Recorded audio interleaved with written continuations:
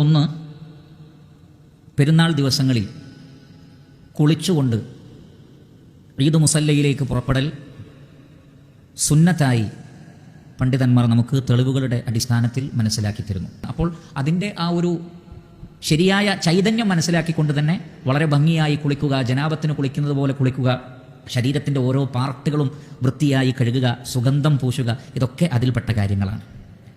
രണ്ടാമത്തത്, ഈദുൽ അദ്ഹ വന്നു കഴിഞ്ഞാൽ സഹീഹായ ഹദീസിൽ കാണാം, റസൂലുള്ളാഹി സ്വല്ലല്ലാഹു അലൈഹി വസല്ലമ ഒന്നും കഴിക്കാതെയായിരുന്നു പുറപ്പെട്ടിരുന്നത്. എന്നിട്ട് തൻ്റെ ഉരുവിനെ അറുത്തതിന് ശേഷം അതിൻ്റെ മാംസത്തിൽ നിന്ന് കഴിച്ചുകൊണ്ടാണ് ആ ദിവസം നബി സല്ലല്ലാഹു അലൈഹി വസല്ലം തുടങ്ങിയത് എന്നാണ്.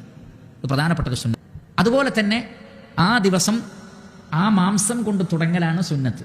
എന്നാൽ അറവ് ഉദ്ദേശിക്കാത്ത ആളുകൾക്ക് മുസല്ലയിലേക്ക് പോകുന്നതിന് മുമ്പ് വല്ലതും കഴിക്കുന്നതിൽ വിരോധമില്ല. ഈ അറവുള്ളവർക്ക് മാത്രമാണത് സുന്നത്ത് എന്ന് ധാരാളം പണ്ഡിതന്മാർ വിശദീകരിച്ചിരിക്കുന്നു. മൂന്നാമത്തത്, ചെറിയ പെരുന്നാൾ ദിവസമാകട്ടെ ബലിപെരുന്നാൾ ദിവസമാകട്ടെ ധാരാളമായി തക്ബീർ ചൊല്ലൽ വളരെ പ്രധാനപ്പെട്ട ഒരു സുന്നത്ത്.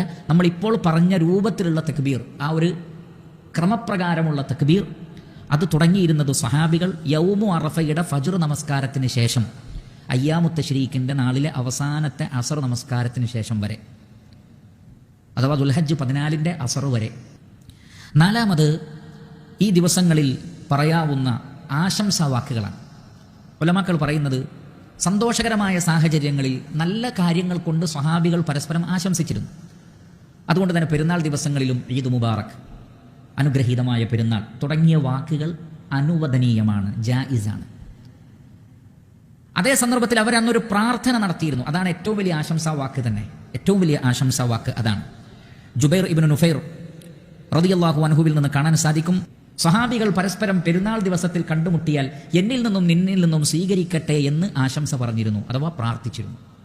അപ്പോൾ തഖബ്ബലല്ലാഹു മിന്നാ വമിൻക, തഖബ്ബലല്ലാഹു മിന്നാ വമിൻകും തുടങ്ങിയിട്ടുള്ള പ്രയോഗങ്ങളൊക്കെ വളരെ നല്ലതാണ്. അതൊരു പ്രാർത്ഥനയാണ്. അഞ്ചാമത്തത്, നല്ല ഭംഗിയുള്ള വസ്ത്രം ധരിക്കൽ പെരുന്നാൾ ദിവസത്തിൽ സുന്നത്താണ്. അവിടെ കേവലം പുതിയ വസ്ത്രം ധരിക്കുക എന്നതിനേക്കാൾ ഉലമാക്കൾ ഉപയോഗിച്ച വേർഡ് തന്നെ അത്തജമ്മുൽ എന്നാണ്. ഭംഗിയുള്ളതാവുക എന്നുള്ളതാണ്. പുതിയതാവുക എന്ന് മാത്രമല്ല, ഭംഗിയുള്ള വസ്ത്രം ധരിക്കുക എന്നുള്ളതാണ്. ആറാമത്തത്, നബി സല്ലല്ലാഹു അലൈഹി വസല്ലമ വന്ന വഴിയിലൂടെ ആയിരുന്നില്ല തിരിച്ചു പോയിരുന്നത്. ഒരു വഴിയിലൂടെ മുസല്ലയിലേക്ക് വരും, മറ്റൊരു വഴിയിലൂടെ വീട്ടിലേക്ക് പോകും. അതിന് പല കാരണങ്ങൾ പറയപ്പെട്ടിട്ടുണ്ട്.